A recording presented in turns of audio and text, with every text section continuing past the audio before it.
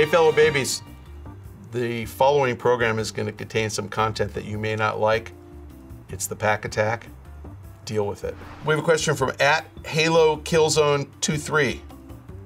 That's a good mix, Halo Killzone. Will we ever see an Xbox portable? Why didn't Microsoft decide to make one since other two companies has it? I'm guessing Halo Killzone is not a native English speaker, just a shot. Okay, the answer is because the handheld market sucks. And to the extent that there is a handheld market, Nintendo owns it.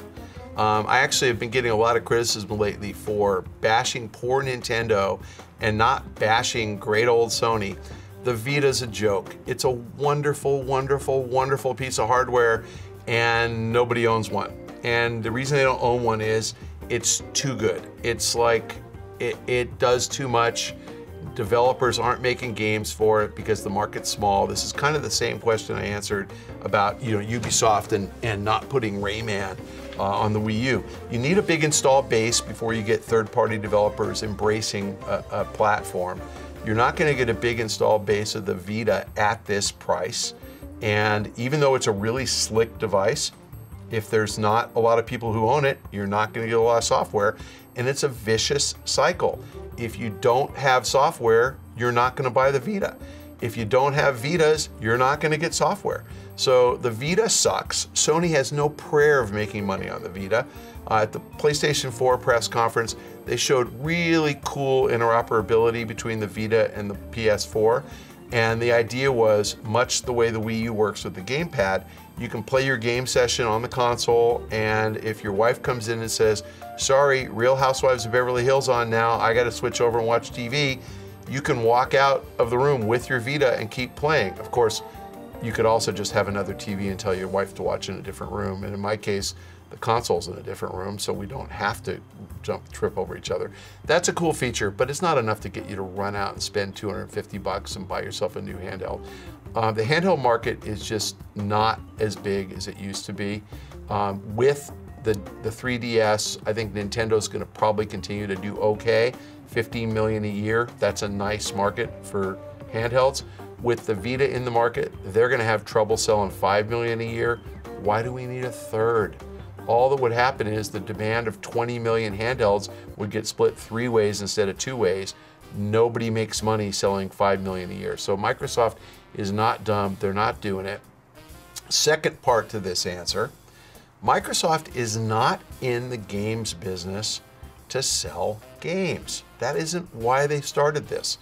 Go back to 2000, I think, could have been 2001. Consumer Electronics Show, Bill Gates keynote. Bill Gates, in case you guys didn't know, founded Microsoft. And Bill Gates unveiled the Xbox. It was probably CES 2001. He unveiled the Xbox and he said, this box is going to be the entertainment hub in the living room. Now, Microsoft lost its way early on because they had a bunch of guys working on the box who were former game developers. You know all of them, Seamus Blackley and Kevin Backus and Ed Fries and Peter Moore was the president of the division for a while. Those guys were gamers all the way and they chased games and they made the Xbox into a hardcore game box. Then Don Matrick got there and John Shaprick got there. Matrick is a game guy too, but Matrick went back to the roots and they turned the Xbox into this multimedia device. Their initial vision was, we're gonna make this thing the PC that's attached to your TV and allows you to do everything you do on a television, including play games. And that's the vision for the Xbox, has been since the beginning. They lost their way a little bit and actually chased games for a few years. They're swinging back. Kinect is not a game device. Kinect is a television guide controller. The voice command, Bing search, wave your hand and go through the program guide. Microsoft is focused on entertainment hub in the living room, not selling you a portable device. These fail. Rohan, this thing failed, remember? Okay, good. I think that's why we put that out there. And yes, I actually do have a Gizmondo, so anybody wants to buy it, let me know. I'll put it on eBay soon. All right, we have a question from the site, from Christian 90Z. Ha!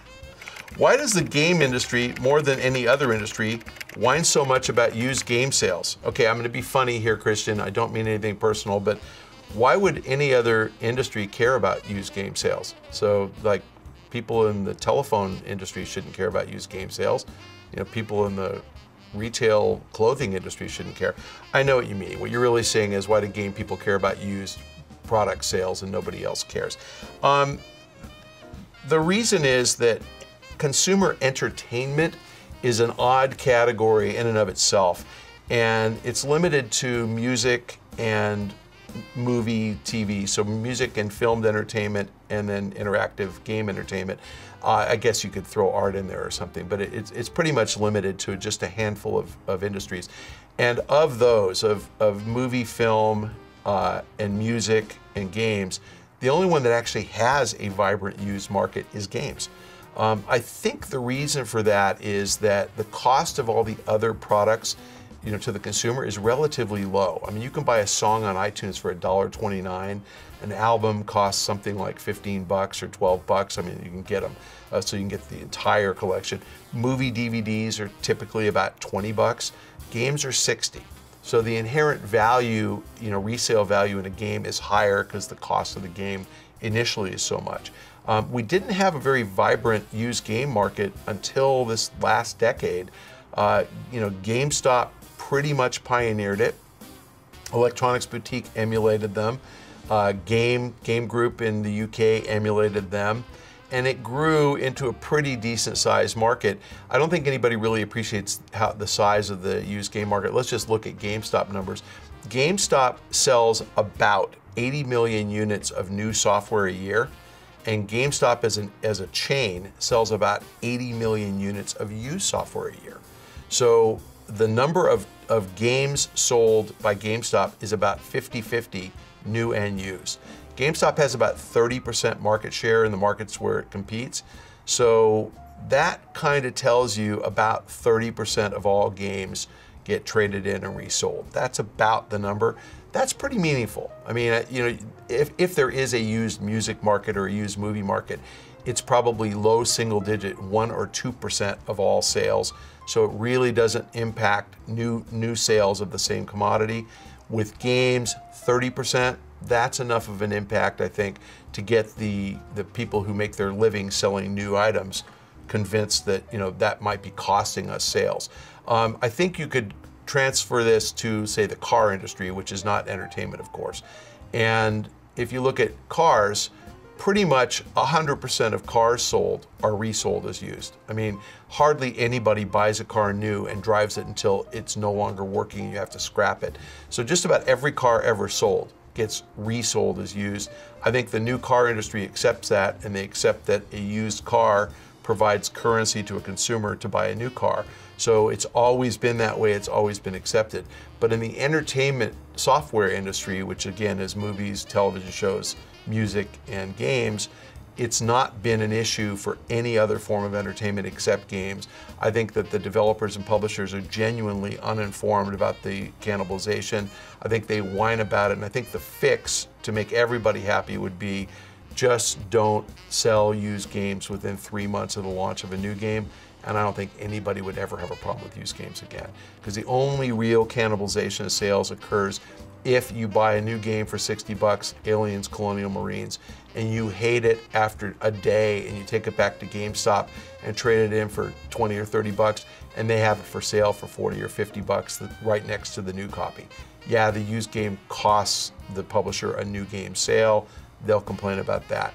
You can eliminate that by just not selling used games for the first 3 months. And I think you can legally do that. I think that because the game publishers pay promotional allowances to the retailers, they give them what they call vendor allowance dollars to promote their product. They can say, if you accept our vendor allowance dollars, as a condition of accepting our advertising, dollars, you will not sell a used copy of the game while we're paying you vendor allowance dollars. I think that would solve the problem. Everybody be happy. So great question. And again, sorry that I gave you a long-winded answer. Okay, fellow babies, thanks once again for joining us on this week's Pach-Attack. If you have questions, please direct them to the link below, or you can ask questions on Twitter. I am at Michael Pachter. If you'd like a direct message, follow me on Twitter. If you want a question answered on the show, send it to at Michael Pachter and copy at Rohan Likes Pants, because Rohan, my producer, picks all the questions for the show.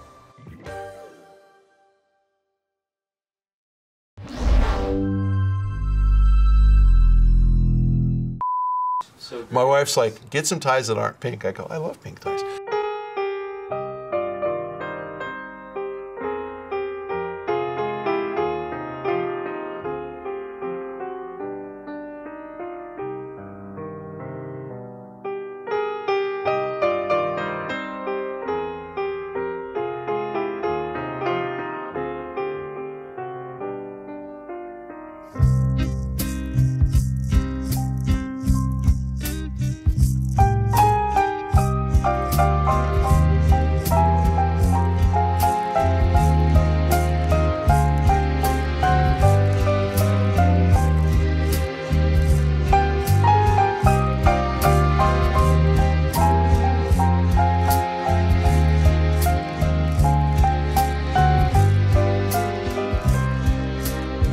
See all of our shows and game reviews now on the brand new GT app on Xbox Live, and the GT Originals iOS app too.